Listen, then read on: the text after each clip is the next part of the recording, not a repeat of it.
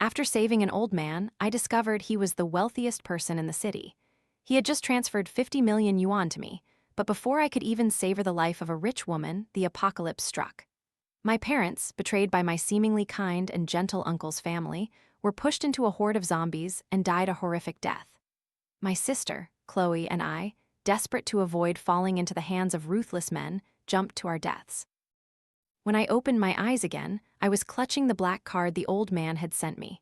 The most terrifying thing in the apocalypse isn't just the lack of supplies, but the easily corrupted human heart.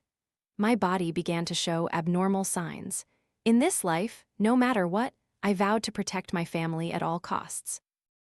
When I opened my eyes, a black card was clutched in my hand. Seeing my body still intact, I couldn't help but let out a foolish laugh. I had been reborn. In my previous life, my parents were murdered, and to avoid being sold off, Chloe and I jumped from a building, our bodies shattered. After a furious argument with my exploitative boss, I was fired. As I walked out the door, I could still hear his loud, cursing insults. Now, there was one more piece of the puzzle leading up to the zombie outbreak. I used the black card to swiftly put a deposit on a villa in the mountain's affluent district. This black card was given to me after I saved an old man who had collapsed while jogging late at night, right after I'd worked overtime until midnight. Originally, I just wanted to do a good deed without expecting anything in return, but to my surprise, the very next day, a black card was delivered to me via express mail. The old man even sent a thank you video, stating the black card was a token of gratitude for saving his life. Thinking of my uncle's family and their seemingly innocent facade in my previous life, a flicker of hatred ignited in my eyes.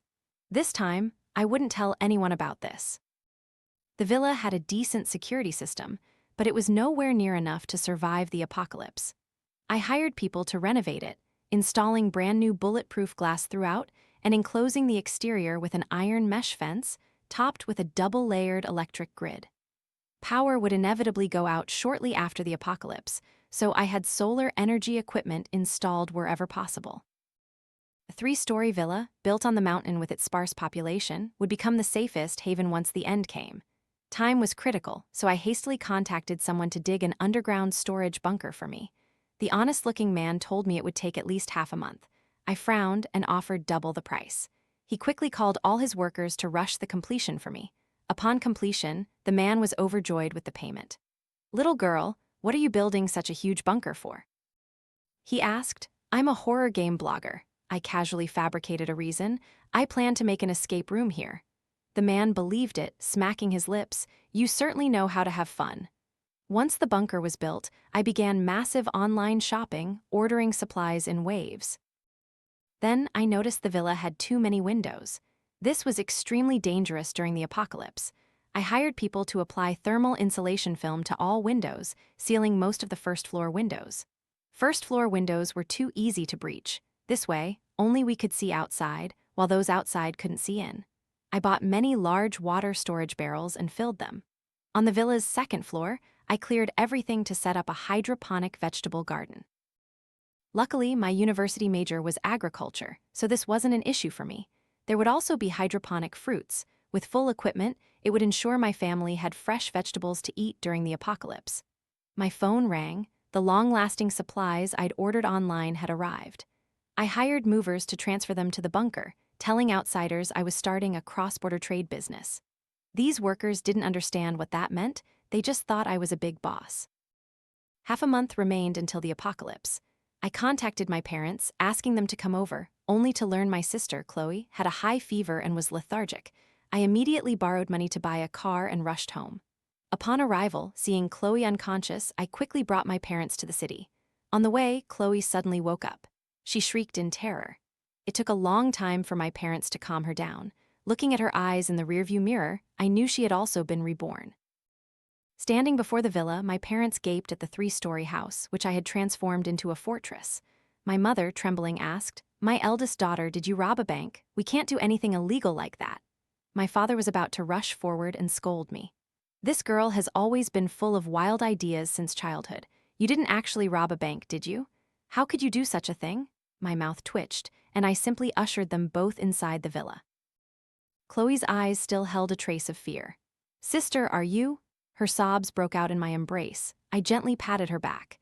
"It's okay, Chloe, don't be scared, I'm here now." Our parents looked on, bewildered, as my sister and I held each other, sobbing. Chloe and I exchanged a look, then I directly told my family that the apocalypse was coming. Despite our explanations, my parents remained skeptical. Suddenly, seeing the date on my phone, I remembered a major event that had happened in our village in my previous life. "Mom, Dad, this is real. If you don't believe me, just wait and see. If I'm not mistaken, tonight Ethan, the village chief's son, will die from a brain hemorrhage." My parents looked at me displeased. "Daughter, don't talk nonsense. Ethan is in the prime of his life. How could he die?" Chloe and I didn't rush to argue. They would know whether we were telling the truth or lying by late night. In my previous life, it was my parents who called me, telling me the village chief's eldest son had suddenly suffered a brain hemorrhage late at night and died before even reaching the hospital. The village chief had to endure the sight of a white-haired parent bidding farewell to his black-haired child. They had called me to ask how much money they should contribute for the funeral. For dinner, Chloe and I each ate several bowls of Mom's braised pork. In my previous life, the apocalypse came too suddenly, with no preparation at all. We ate almost entirely instant food. Fresh vegetables were a rare luxury, barely 2 meals a month. After dinner, my mother fell into a daze. I knew she was thinking about the uncle's family that Chloe and I had mentioned. In our previous life, they seemed so kind, completely different from what we saw during the apocalypse. Suddenly, my father's phone vibrated, the ringtone making my mother repeatedly turn her head. He stood up, took his phone from his jacket pocket, and went outside to answer it. A moment later, he returned with a grave expression. "Honey, who called? What's wrong?" My mother asked my father with some worry, and his face darkened slightly. "It was someone from the village. Ethan just passed away, just like our eldest daughter said." My mother was utterly shocked upon hearing this, then burst into tears. "That cursed head. I spoiled him since he was little, never imagining he would be such a person. Killing my husband and me wasn't enough. He still wouldn't spare my 2 daughters." My father was relatively calmer. After comforting my mother, he came to Chloe and me. "You've both suffered so much. This time, I will protect you." My father was a retired soldier when he was young. His ability to adapt was excellent. Early the next morning, we set out early, splitting into 2 groups. My parents went to the wholesale market, while Chloe and I went to the shopping mall. There were only 14 days left until the apocalypse, and time was a luxury we couldn't afford to waste.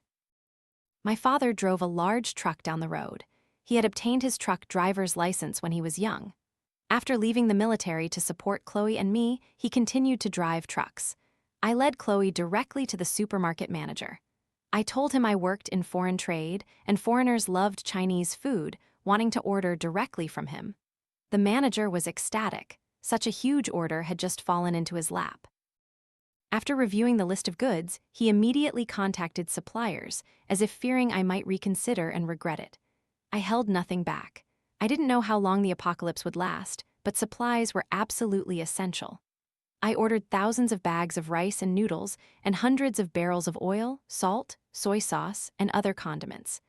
I also asked the manager to arrange for any available snacks in the warehouse. I bought thousands of self-heating instant meal boxes and a massive amount of clean water. The water I had stored seemed only enough for a few months, and the apocalypse would bring power and water outages. Water was indispensable. Frozen meat, canned goods, eggs, and milk, though not easy to preserve, I bought in large quantities. The nutrition of my parents and Chloe had to be guaranteed. Thinking about how difficult these items were to preserve, I immediately called to order several large freezers. On the first floor of the villa, besides daily necessities, I sold everything else. In the apocalypse, those flashy, useless items would be worthless, unlike a few large freezers. Chloe tugged at my sleeve. "Sister, I want to buy some chemicals." An idea flashed through my mind. My sister was a chemistry genius. I remembered in our previous life, when we were hiding from zombies and passed by a biological laboratory, it was Chloe who had concocted a small explosive. Thanks to that, we weren't bitten by zombies, but supplies were limited, and later we couldn't find chemicals anymore. Thinking of this, I contacted my university professor, Professor Lee. He was very fond of me, but due to making a living, I hadn't pursued my major. However, the professor had connections in that field. I used the excuse of donating supplies to a chemistry lab to purchase a large quantity of chemicals. Professor Lee didn't say a word and sent someone to deliver them to me. A wave of warmth flowed through my heart. Professor Lee, you should store some extra food recently, and your house door should be replaced with an anti-theft door. A few days ago, I saw news of a home invasion. After hanging up, my heart felt empty. I didn't know if he would believe me, but that was all I could do. Chloe noticed my emotions and proactively took my hand. I looked at her and regained my composure. After returning home, the goods were delivered one after another. After moving them into the bunker, it was already half full. At this moment, there was a sound outside the villa. My father was returning with a truckload of goods. I saw about a dozen sets of bed sheets, quilts, a dozen electric fans, and a dozen electric blankets for winter. Seeing many exercise equipment pieces nearby, my eyes lit up with joy. Dad, where did you buy all this exercise equipment? A trace of pride flashed across my father's face. Daughter, I bought these from an old comrade in arms. With these, we can strengthen our training, and our chances of survival might be greater later. I thought of something, lowering my voice. Dad, do you know where to buy guns or knives and swords? My father pondered for a moment. Daughter, the country has restrictions. We can't buy guns. But for knives and swords, I do have an old friend who has these. Let me try to contact him. I nodded happily. My mother directed us to arrange the supplies. It was late at night before we finished sorting everything. Chloe happily busied herself with her bottles and jars. I carefully observed the hydroponic vegetables on the second floor. They had already begun to sprout. This meant we would still have fresh vegetables to eat during the apocalypse. My mother said happily, "Back then, you insisted on studying agriculture. I even said, what's the use of farming? I never imagined it would come to this now." After our family of 4 each ate a self-heating hot pot, we went to the third floor to sleep. Tomorrow, we still had to continue shopping. The first floor was almost entirely occupied by several large freezers. Many supplies were in the basement. The entrance to the basement was very discreet. Ordinary people wouldn't be able to find it, also as a precaution against anyone breaking in. The second floor was where I grew hydroponic vegetables and fruits, and Chloe's chemistry lab for researching small explosives. The third floor was our bedroom. I didn't seal the third floor windows because the view from there was good and observing the surroundings was the safest. To prevent others from seeing in, we all applied thermal insulation film. When it was dark, simply pulling up the roller blinds would ensure no light escaped. I specifically checked this at midnight. In the morning, our family of 4 set out early, heading straight for the nearby wholesale market. Carrying the list written the night before, this shopping trip went smoothly. Today, we primarily bought household necessities. We bought several cartons of toothpaste, toothbrushes, and a whole cart full of toilet paper. Shower gel, shampoo, laundry detergent, face towels, and feminine hygiene products, we bought several cartons of each. We also got dozens of changes of clothes for everyone. To prevent boredom and fear from overwhelming us each day, I also bought game consoles, novels, comic books, playing cards, Chinese chess, Go, and even virtual reality game systems. Chloe bought many more chemistry books, claiming they were for her research. I looked at her with admiration. She truly was a genius, tisk. Thinking of this, I also bought a few books about zombies. Although not guaranteed to be useful, knowing your enemy is half the battle. Passing by the drone section, I bought 10 drones and 20 surveillance cameras. The villa was very large, and to ensure safety, everything around it needed to be installed. I also grabbed several barrels of gasoline. Even though the villa resembled a fortress, it was uncertain if we'd never have to go outside, so extra preparations were always safer. In the afternoon, when we returned to the villa, there were several boxes at the door. I opened them and was overjoyed. There were many knives and self-defense weapons, spiked clubs, nunchaku, and even electric batons. These would definitely be enough for us to protect ourselves. Under my father's command, we installed cameras everywhere in the villa. With solar energy equipment, we could still use them even if the power went out during the apocalypse. My father truly lived up to his past as a military man. The cameras were installed so discreetly that even I couldn't find them. They were all perfectly hidden. The bunker had almost become a small supermarket. A surveillance room was set up on the third floor. Nearly the entire area around the villa was within our monitoring range. By this time, the plants on the second floor had grown quite a bit. Chloe also happily informed us that she had developed a small explosive. Although not very powerful, it was more than enough to blow up a few zombies. The entire villa was surrounded by several layers of barbed wire and electric fencing. These things might not look like much, but anyone who touched them would certainly be electrocuted unconscious.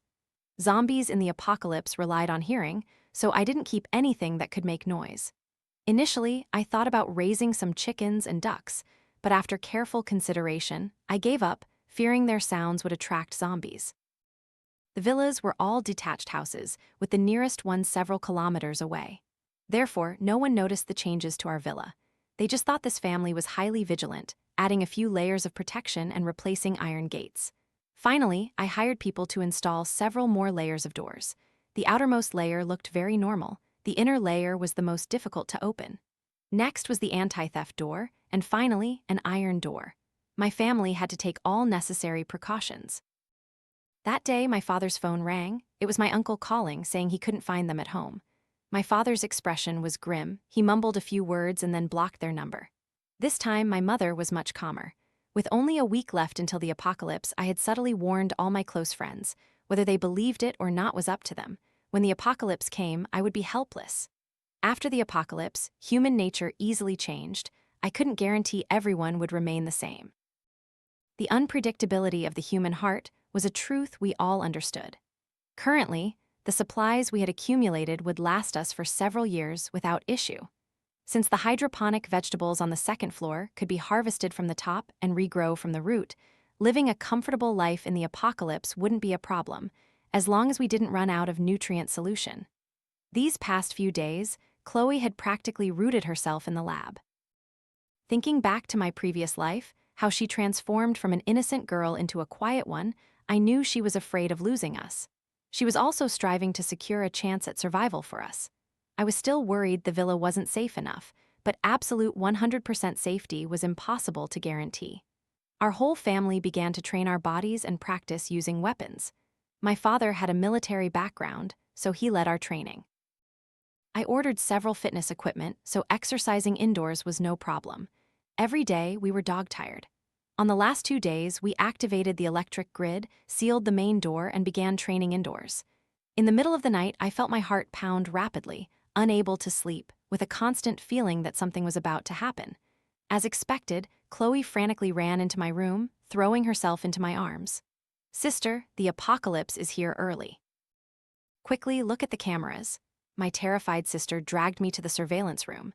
Indeed, on the screen, the world outside had turned blood red, a crimson full moon hanging ominously in the sky. In my previous life, the apocalypse began with the blood moon's appearance. This time, it was a day earlier. It seemed something had changed. I opened my phone. Whoa and Dzin were both trending #1 on hot searches, proclaiming the sudden appearance of the blood moon. Some netizens speculated that a powerful deity was undergoing tribulation, while others asked if the apocalypse was nigh. Everyone seemed intrigued. Some even went out at midnight just to photograph the blood moon. I checked the temperature on my phone. It was now 40 degrees Celsius. Keep in mind, the highest nighttime temperature where we lived was usually no more than 25 degrees. "Sister, I'm scared. I'm afraid Mom, Dad, and you will all leave me." I hugged Chloe, comforting her. After all, she was only 18, still a child, and facing the apocalypse again, she would naturally be afraid. "This time, I will definitely protect you all well." My father went downstairs to check all the doors, confirming they were securely locked before we finally felt at ease. After all the commotion, no one could sleep. I chuckled, pulling my parents and Chloe into a game of Fight the Landlord to lighten the mood. In the middle of the next night, a video quickly climbed to the top of the hot searches. The video showed a man convulsing and falling to the ground. After regaining consciousness, he stared unmoving at the red moon. His companions approached, calling out to him. The man then turned around and began biting the crowd. Everyone panicked in terror. Some didn't even know what was happening and stood still, recording the video. Cries and screams echoed distinctly in the video. I watched silently. In my previous life, this was just the beginning. It would become far more brutal later. Zombies multiplied endlessly, and humanity's nature gradually changed. For a bag of biscuits, a girl was willing to sell herself. For a morsel of food, a man was willing to sell his wife. A moment later, I spoke. The apocalypse has arrived. On the first day of the apocalypse, we gathered together for a hot pot meal. At this point, the internet hadn't crashed yet. News quickly dominated major websites, defining the event as a rabies infection event involving people biting others. In the comments section, there were many conflicting opinions. Many netizens, full of righteous spirit, wanted to form volunteer teams. Some criticized the government for abusing medication. Many videos were pushed to hot searches, even blurred images couldn't hide the bloody scenes. The attackers, with veins bulging all over their bodies, looked like puppets only capable of biting. In less than half a day, many military personnel who came to help were also infected. It was then that people truly felt terrified. A hot search climbed to number 1. The zombie apocalypse has arrived. That night, the zombie virus spread uncontrollably. Every household hid indoors, not daring to venture out. Those who couldn't make it home were beyond salvation. My father led us in continued training with the equipment. In the apocalypse, physical fitness was crucial. Although our fortress was very safe at the moment, we still had to prepare a plan B. The modified car my father had worked on, very safe, was parked right in the villa's living room. To guard against unforeseen circumstances, the car was placed closest to us. We could get into the car and drive out immediately. There were few residents around the villa, and no zombies had appeared yet. For some reason, I started to have a slight fever. My mother gave me fever-reducing medicine and told me to rest immediately. At night, the sound of a dog howling echoed outside the villa. My father woke us all up. Every day, one of us would guard the surveillance room to ensure safety. A medium-sized wolf appeared on the night surveillance screen. Chloe excitedly tugged at my sleeve. "Sister, look at it, it's Wolfie, it's Wolfie." I was stunned. In my previous life, after my parents died, Chloe and I had no means of self-defense. Later, we rescued a wolf with a missing ear tip and kept it for almost half a month. Unexpectedly, it had deliberately lured zombies away to protect us. I made up my mind, Mom, Dad, we have to save it. My father and I carefully checked our surroundings. Seeing no one, we quietly left the villa. Under my father's cover, we successfully brought the wolf inside. My father then went back out with paint to cover the bloodstains. Chloe excitedly approached and stroked it. "Wolfie, is it really you?" Wolfie seemed to respond, lifting its head and whimpering twice. It was then that I noticed a large, knife-like scar on its thin body. I couldn't help but wonder if its previous owner had used it as zombie bait.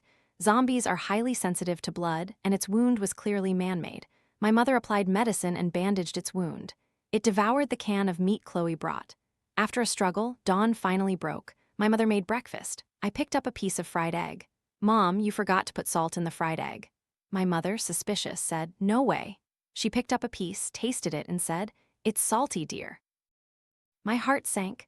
I tried to suppress the panic, then ate a few more pieces of pickled cucumber. None had any taste, chewing like wax.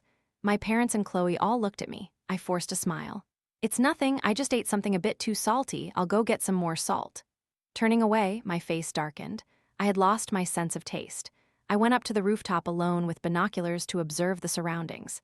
Cameras could only ensure the safety of the immediate vicinity.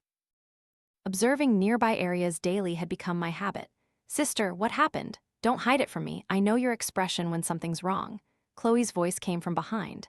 After a moment, I turned to face her. "I've lost my sense of taste. Those dishes taste like chewing wax." Chloe and I both had memories of our previous lives. She knew what I was trying to say.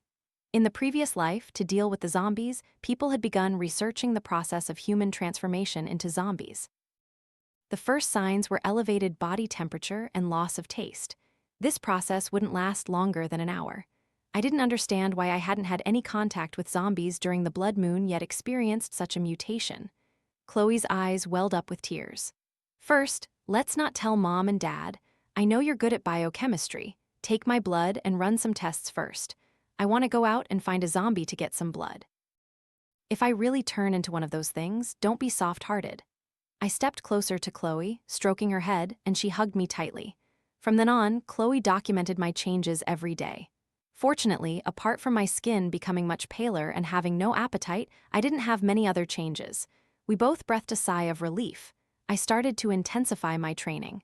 My father praised me several times. "My eldest daughter, if you were around 20 years ago, you'd surely be stronger than the fresh recruits under my command." 1 month into the apocalypse, many people had changed. The cruelty of human nature was clearly revealed. Although I had witnessed many conscience-defying acts in my previous life, I should have been hardened to them. Yet, seeing a man, to save himself, personally push his wife, cradling their baby in diapers, into a zombie horde just to escape, I couldn't help but feel emotional. The comments below were even more vicious. "I don't think this man is wrong. If he loses his wife and child, he can find others, but if he loses his life, there's nothing left." But that was his wife and his own child. Even vicious tigers don't eat their cubs. This comment was quickly suppressed. At midnight, the internet was completely paralyzed, and electricity and water were cut off. My father activated the backup power supply, turning on the surrounding electric grid. As long as there was sunlight during the day, this grid wouldn't shut down. The next day, during training, my father suddenly said, "Daughter, your strength now seems even greater than mine." His words startled me. I realized that, at some point, my strength had far surpassed what it was before. After my father left, I extended one hand and lifted a 50 kg barbell effortlessly. I hurried to find Chloe. Her test results had just come in. "Sister, I found that in your cells, besides cells like ours, there are two other types of strange cells. They both repel each other and can coexist." She suddenly lowered her voice. "If I'm not mistaken, one of them is a zombie cell. The other type seems to have evolved from a different cell.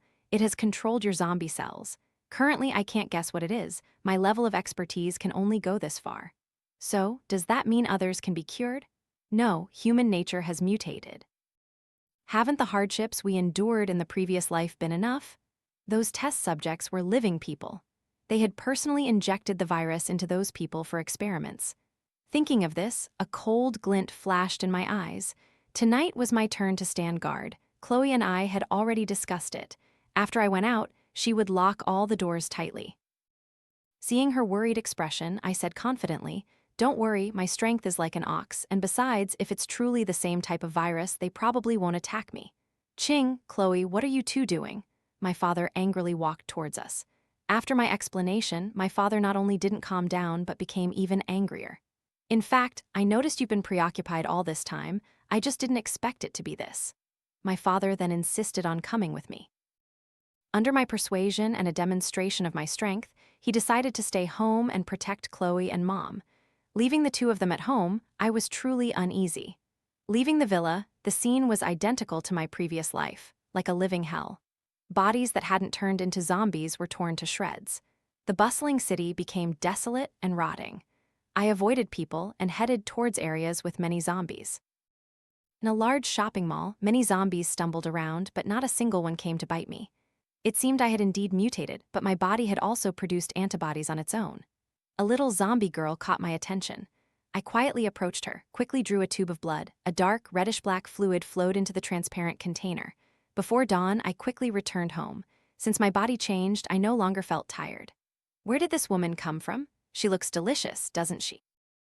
3 tall, burly men emerged from the neighboring house, their lustful eyes raking over me from head to toe. One of them said to the man in the middle, "Who, I get to go first this time. The last woman died after a few tries. I didn't even get enough of her." They spoke as if I didn't exist, debating who would go first. I flipped my hand, drew my dagger, and charged. One man didn't react in time and had his throat slit by me. "This bitch, how dare you kill my brother?" The leader aggressively charged forward. I used my physical advantage to dodge his knife. Dealing with 2 men alone was still a bit difficult. In a moment of carelessness, I was cut on the arm by one man, dark red blood mixed with black splattered into another man's eye. "It hurts so much. What is this? Boss, save me, quickly save me." The smaller man shrieked and fell to the ground. The leader immediately bent down to examine him. A moment later, the man suddenly opened his eyes, his pupils identical to a zombie's, scaring the tall leader into instinctively slitting his throat with his knife. He turned to look at me, terrified. "What are you exactly? You're a zombie, how is this possible?" Before he could react, I used my strength to kick him in the head. He was dazed for a moment, and I immediately slit his throat with my knife. I calmly wiped the blood from the knife. These things happened frequently in my previous life. It was either him or me. In the face of survival, there was no room for kindness. After stopping the bleeding from my arm wound, I dared to return to the villa. After giving the zombie blood to Chloe, she led me into the isolation lab, put on protective gear, examined my wound, and only after confirming the bleeding had stopped did she apply medicine and bandage it. These past few days, Wolfie had also started to get close to me. Before that, for some reason, it had kept its distance. Whenever I approached, it would shy away, so I just let it be. This was also an animal's instinct when facing danger. Suddenly, Wolfie ran to the window, whimpering and showing a fierce expression. I quickly ran to the window, picked up the binoculars. A group of people was heading towards us. I rushed downstairs to warn my parents, telling them to get ready. Sure enough, we had been followed. Their cameras used oil-powered generators. Through the surveillance screen, we observed 4 men and 2 women, the women, tied up, timidly followed behind them. Our family's expressions were grim. Although I was very strong, Chloe and Mom didn't have much combat power. My father and I dealing with 4 tall, burly men would still be a bit difficult. We began to deliberate. My father said to observe them first before deciding. In this life, my father had not yet experienced the despair of the previous life. He still held the military ideology of protecting his homeland. In a few days, he would understand. These past few days, they had been trying daily to break through the electric grid and the 2 layers of protective doors. Their eyes were as fierce as hungry wolves smelling meat, only wishing they could rush in and take a big bite out of us.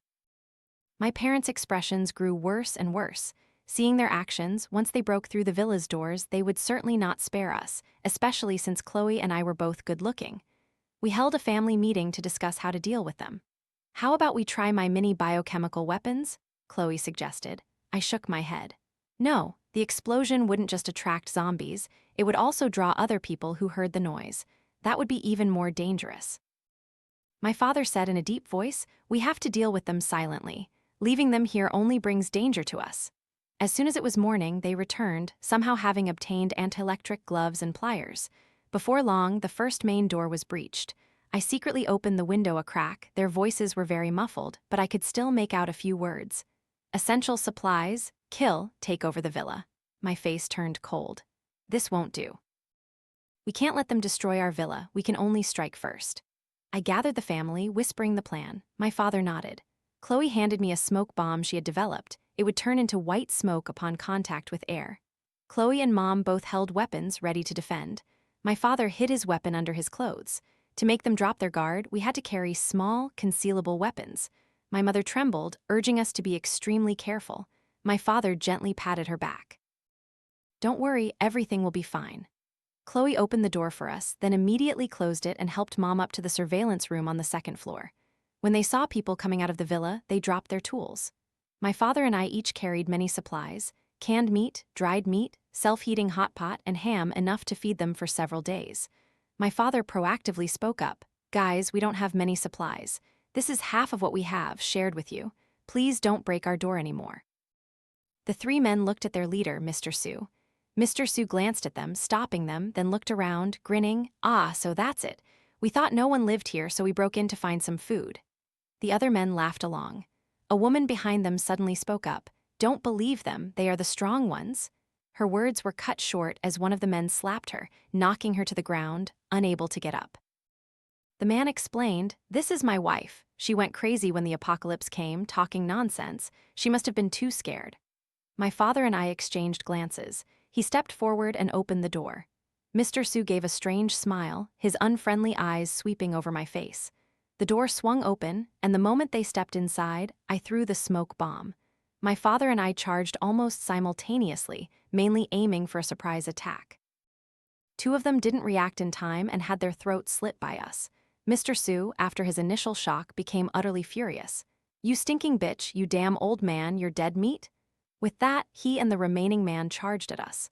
My father, fighting Mr. Sue, gradually found himself at a disadvantage. As the knife was about to strike me, I used one hand to restrain him.